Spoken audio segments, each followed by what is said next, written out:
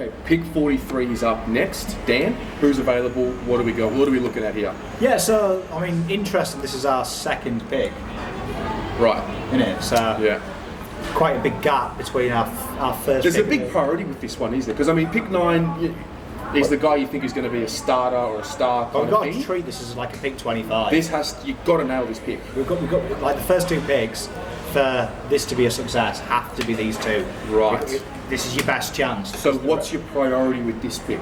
What type of player you're looking for? Well, what I've done is what I've done is I've based 9 on my priorities would be a small forward or someone who can play in the midfield or someone who could be a replacement for Cade. Okay. And then I've tried to base it on the next best if I got one of them guys. Got you. So that's throughout the entire draft? Yeah, I've tried to do that. I've Gotcha. tried to build the depth is my plan. All right, what have we got here? Well, we've got this guy has started to, people have started to cotton on because I've commented this a few times. His name? Mr. Kysaiah Pickett. Kysaiah Pickett, another Pickett. And he's a lock. Without even knowing who else you're going to talk about, he's in. Well, this guy's starting to go up draft boards. So at the start of October, he was touted to go up 51, and he's now starting to creep dangerously outside of the 40s. Okay. But he is a star in every sense of the word. So like, there's a lot of raps on Liam Henry. Mm-hmm. For me, there's not much difference between Pickett and Henry in X Factor ability and wow factor. Good sign. And the fact that we've got Betts there, who he said is one of his favourite players of all time. Really? Just kind of says to you, he wants to work with him. Indigenous player, playing with Eddie Betts, Eddie knows how to get the best out of him. Yep. Like, you could just see it. Now, his consistency is the similarities with Betts no end, because his draft profile is his undersized and his consistency, which is exactly what Eddie Betts had. Yep. And look how that turned out. Like, True. Didn't turn out so bad, did it? Put him in the right environment and he'll thrive. And very similar to the way Liam Ryan plays his game, in terms of he's looking for them screamers. He's looking to do that thing that gets the crowd up and about. 13.5 touches this year and a goal a game. And 2 goals a game in the SANFL Reserves as well. So when he dropped down into the reserve SANFL League, 2 goals a game as well. So he's electric in every sense of the word. And for me, if he's there, you're calling out his name. Yeah. Okay. I like him. I like the sound of him. He's a very good player. Very good. Watch the highlights. The guy is just like a highlight reel. Yep. As a footballer, good player. Righto. And this is like, I'm torn with this one because I love him. Now, he's another guy that's starting to rise up the ranks. Thomson Dow. Yes. You might know his brother. Yeah, I know his brother. You might know his brother. You probably slagged him off this year somewhere on Facebook. Yeah, well, Paddy actually spoke about him a bit after the interview. Well, tell me a bit about Thomson first. Well, I've got to say, if he had a fight, Thomson would win based on his football. He's an absolute mongrel footballer. So, where Dow was more like Dangerfield, the guy who skirts and escapes packs, this guy runs headfirst into packs. Okay. So opposite. Now, 2 reasons that I like this guy, right, is he's a clearance king. Yep. We've got the clearance king. This is the prince. Really? In VFL. His numbers are like outrageous. Okay. Just finds the ball in contest, good user, good disposal efficiency. Loves a snag. 2.06 in the 20-metre combine as well, which means that he's got an engine as well, a little bit of speed like his brother. And for me, just the thought of having 2 Dows and 2 Kernos. Well, look, it would help Paddy for obvious reasons. Give him a little bit more comfort. And the point I was going to make before, so after I chatted with Paddy, I spoke about his brothers, and he told me about Thomson, and Thomson grew taller than him, and that was the thing, that was the feedback. Like, Thomson being the younger brother, obviously when you're the younger brother, you want to catch the older brother. So he was saying Thomson was really competitive, and we were talking about like when was the period that he started taking over and winning video games and competitions in the backyard and stuff. So now that you've mentioned him here, it's relevant. It brought back those comments that Paddy was making. Well, I'd say his ceiling is better than Paddy's.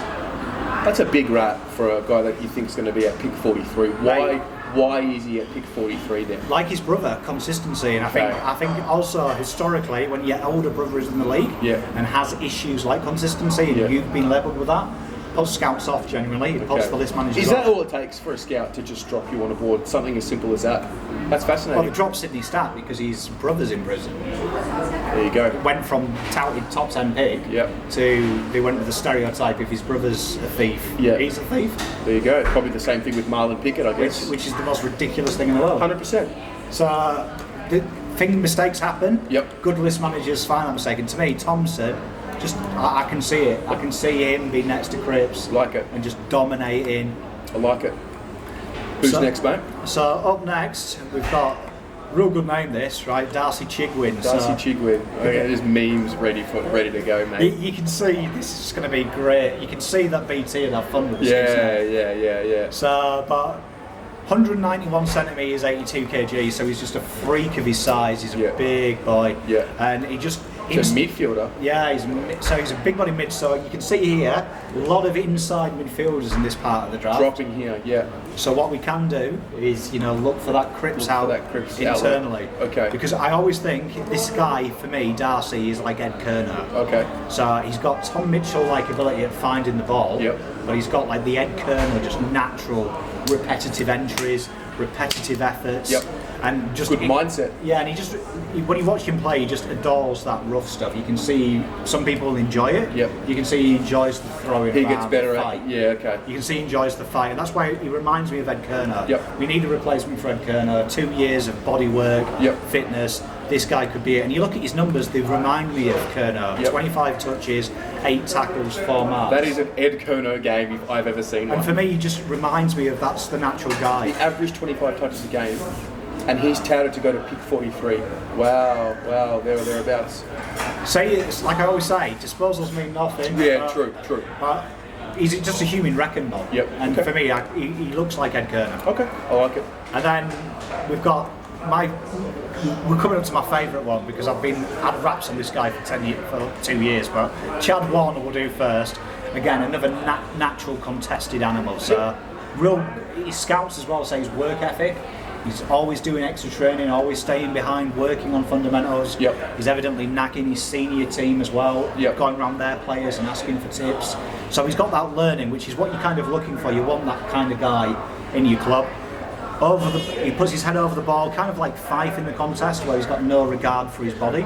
He just puts it on the line. So it's good in the air. Yeah. So he's like Fife in the terms of he's got no real worry about himself. He'd rather get the ball than worry about himself.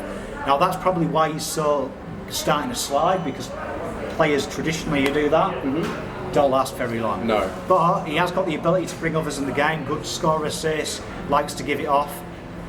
Like all inside midfielders though, he's kind of the old school one where he's slow. We know Cripps, that's one of the criticisms of Cripps. Doesn't have great breakaway speed. And he doesn't probably have the most penetrating foot. But it can be made. It can be taught. We iron things out. 27 touches though this year. Wow. 6.5 tackles, 3 marks, and a goal a game for East Fremantle. So good player. Okay. Good player. And then this is my boy. So anyone who's watched Northern Nights will know about Josh Instastanti. Josh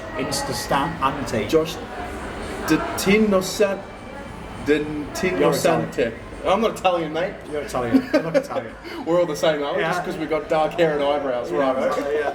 But obviously he's got the Italian name, and he's got the skill set. And we've got $10,000 worth of espressos to just give away there in the back room at Icon Park. Fucking Cornelio. And he scumbag. He was the Northern Knights leading goal kicker. So small forward won multiple awards this year. And if you were describing Papley, you would describe Papley as natural goal kicker, can make things happen, brings other forwards into the game. X factor. Well, Josh doesn't let you down, but has all them. Because Papley let me down big style by not being a blue. So screw Tom, follow Josh. And Josh is brilliant. 70% disposal efficiency. So he's super good user, excellent set shot routine, footy smarts. Is he tall? No, he's a midget. He's a tiny. Not a midget, that's a bit harsh, but he's small. But 2019, mate. Someone's gonna have issue with that. But the problem is he looks 17, 18. He's got a very small frame. Been playing with men though, which he's held his own. Obviously, men though playing down your local rep versus AFL men. They're different. But I reckon it won't take long. You look at his frame, he's got that frame that says muscle will be added. Look at Sam Walsh, very similar build to Sam Walsh. Sam Walsh came and got drafted, looked like a child. Yep. Pre-season, you're something like, who's that guy? He became a man within a matter of 6 months. So to me, working with Eddie Betts could be good. And I'm going to put my neck on the line here. I reckon you do this draft in 10 years' time. Josh will be top 2 small forward in this draft. You're kidding. Good player. So who's the pick at 43? Josh is him. And I've got a thing for Josh's. Okay. Yeah, any of these 5 will do. But Josh for me. Yeah. If all 5 were available, I'd take Josh. You take Josh. And then?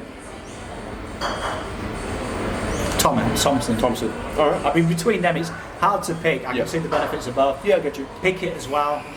I think literally whoever you took out of these 5, you wouldn't have. All right. Well, there you go. There's pick 43. What do you think? Are these guys on your radar or not? Let us know.